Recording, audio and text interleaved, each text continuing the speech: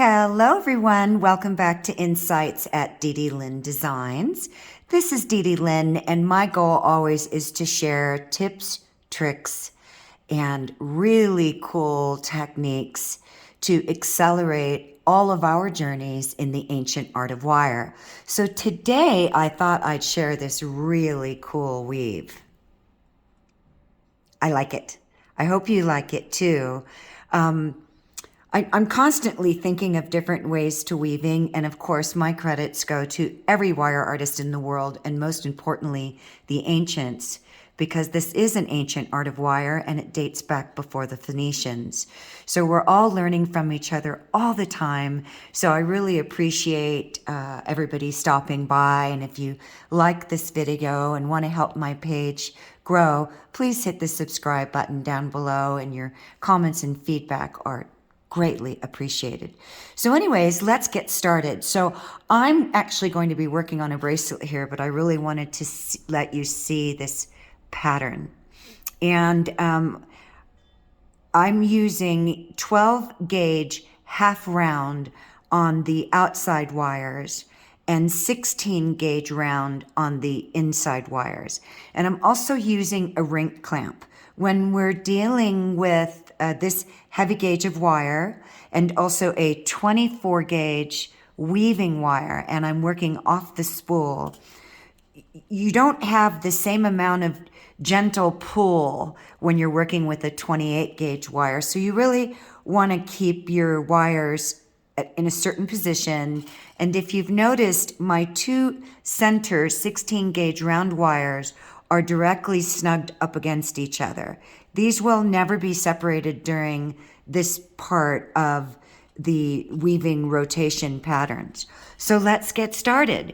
So the first thing I want you to notice is that when you're going to start on your first piece, when you have your 4 wires or how many wires you want to work with together. For example, I could have done 6 wires, and I could have done 2 12 gauge half round close together on the outside here, as well as 2 here. That would give me 6 wires and a much wider girth on my bracelet. So anyways, I've started my weaving with 24 gauge wire, wrapping in this direction, so my tail is coming out the back. And so now I'm going to take my wire over wires 1, 2, and 3, and 2 and 3 are together. And here's the fun part about working with a heavy gauge weaving wire. You can't just grab it and slide it through. It's a slow, methodical process because this wire is going to tend to want to bow and change its shape a lot easier. So I'm very picky. So I like to adjust and straighten things as I go, which is why this particular bracelet is going to save some time, because I don't want my wires tweaked. So I have now wrapped over wires 1, 2, and 3. I'm going to wrap over them again, and I'm kind of straightening my wire and telling it where I want it to go. So I've just wrapped over the top of those. And then I'm actually training my wire. I am slowly bringing it through. If I bring this 24 gauge wire through really fast, it will bend at the top, and I'll show you what I mean.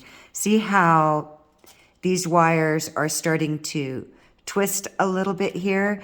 And that's because it's really heavy gauge. So I like to straighten it up because I want this to look really, really neat.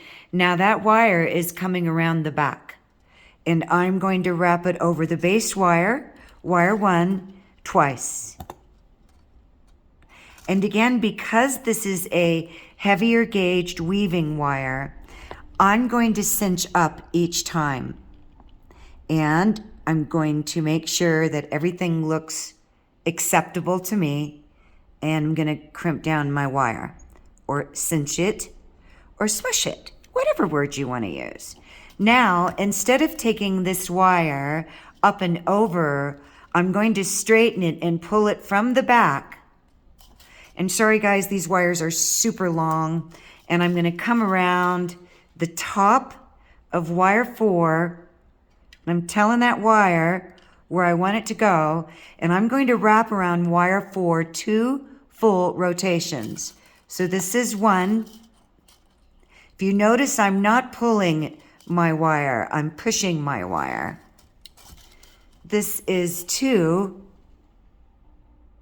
coming through and in between again over this 4th wire. And then as I'm coming up into my 3rd rotation, I'm going to make sure this wire is straight, and I'm going to wrap it around wires 2, 3, and 4, or if you're counting down from the top, 1, 2, and 3. So I've wrapped around, come in between the base wire on the bottom. I came back up around the back, and now I'm going to wrap around over the top again. And I'm working with a lot of long wire. And I'm telling that wire again that I want it to lay right next to the other one. And this is a very slow process. And I'm bringing that wire in between wire 1 and 2, back up around the back again. And I'm picky, so I'm going to make sure this is nice and straight and acceptable to me. Then I'm going to come over the top, and I am going to wrap around that top wire 2 full rotations. So this is going to be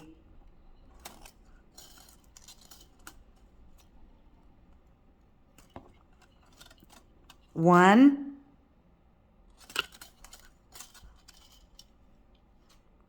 and 2. Now, I'm not going to bring that wire up around the back. It's underneath.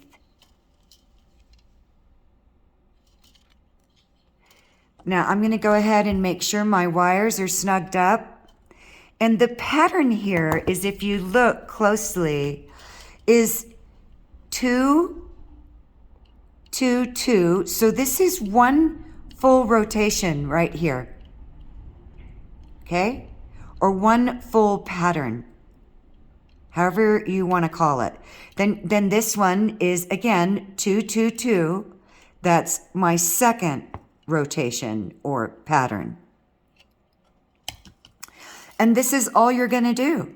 Now, if you wanted, and you wanted to use half round wire in the middle, you could lift these wires up and then weave a basket weave underneath to where it's wide enough to hold, let me find a stone.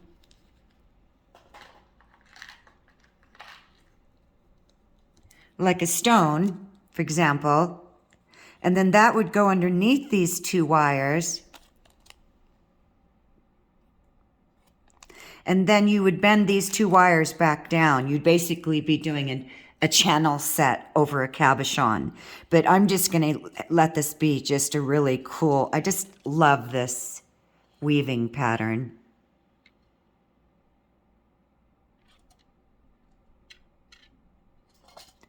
So let's do a couple more. So I've done this pattern, or a full set here of rotations, 2, 2, and 2, then 2, 2, and 2. And so we're going to begin again. So if you were just starting on your wire and you just got your 4 wires together, then you would do 2 rotations around the bottom. You don't have to use 24 gauge. I like the thickness of this for this particular design because I'm using such heavy gauge wires anyways. So I like it to be thicker. If you were going to use thinner wires, I would say you need to use 18 gauge minimum to really support a bracelet. And presuming you're using at least 4 to 6 wires, that's my opinion. Everybody has their own. I just noticed bracelets don't hold up on 20 gauge unless you have a lot of wires you're wrapping together. Anyways, you could use, for example, with these heavier gauged wires, because again, this is 12 and this is 16, you could use 22. That's a heavier gauge. 26. I personally wouldn't use 28 on these heavy gauge wires. I just don't think it would look right. But that's, again, your preference. So I'm wrapping 2 full rotations around the bottom.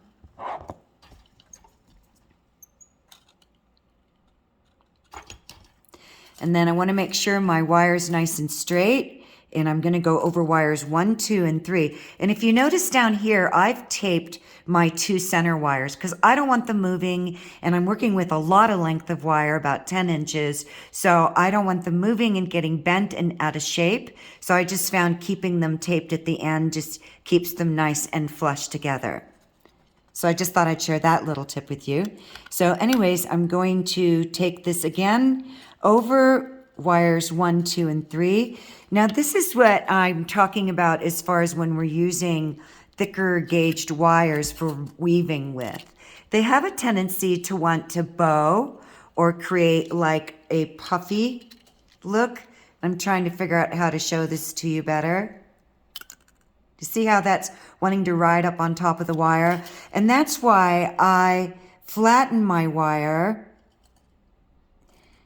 I'm also flattening it up against the back. And why I take my time with this. And then wrapping the weaving wire over wires 1 and 2 again.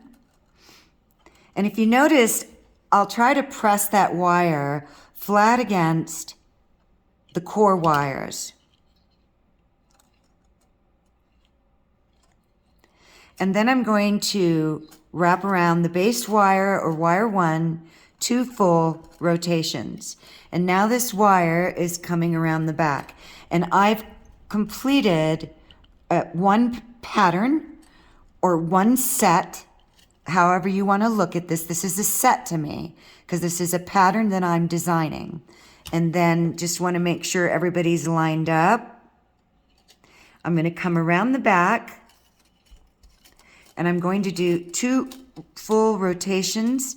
And again, I'm pressing that wire with my thumb, telling it where I want it to stay, over wire 4.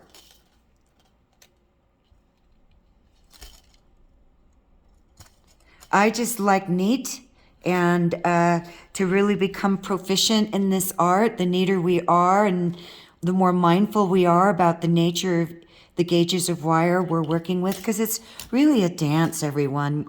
Our hands and fingers are just having this magical dance with this beautiful wire. You know, it's resilient but delicate, so subject to break. Anyway, so let's finish this last pattern.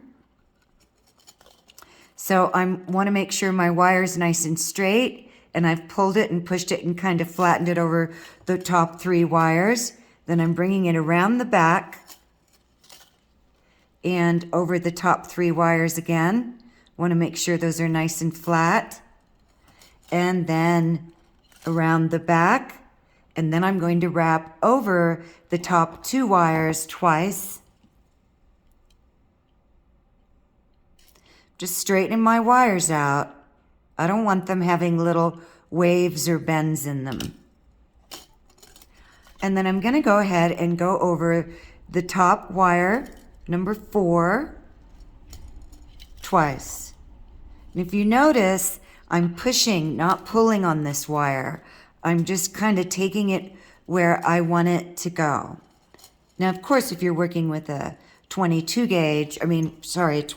gauge, it's just going to delicately allow you to pull on it and wrap over these wires. And then I'm just setting it. Want to make sure that everything's lined up. I don't have my wires on an angle. And everybody's hanging out together. So I'll do one more. So I'll do one more set. So I'm coming around the number 1 wire twice. I'm pushing and pulling on that wire, meaning pulling it as far as I want it to sit straight over. And so for me, this is kind of angling in that direction. So this is my opportunity for me to make sure it's in line and nice and straight. Because it's really hard to change this wire when you're 4 or 5 rotations away. You're not going to really be able to change the shape a whole lot. So I'm pushing that wire over the top 3 and bringing it through wires 3 and 4. And then I'm going to straighten it out because I want no wave in my wire. Then I'm bringing it around the back. I'm pushing it up against the back 3 wires. And again, in between wires 3 and 4. And there's that little puffy that I'm talking about going on again. So I want to make sure that's nice and flat over that top wire before I wrap it around my base wire down here, my number 1 wire, so that I don't have puffy wires sticking up. I'm giving it a little snuggy pull, kind of like a little jiggle. And then I'm going to wrap around the base wire again. And there we have it. This beautiful weave. I don't know the names of weaves. People have terms out there, but this would be like a tutu weave. But it's the way we're doing it that changes the entire pattern. So, isn't that cool, you guys? Well, I really hope you enjoyed this video, everyone. I'm trying to get better at doing videos, so be patient with me. And remember, everyone, kindness travels a million miles, so let us all be kind to each other. And thank you all for being a part of this fabulous, wonderful community in the ancient art of wire. And if you like what I'm doing, please comment, visit my webpage. That will be down below. And I thank you again so much and have a wonderful, fabulous, magical day. Bye for now.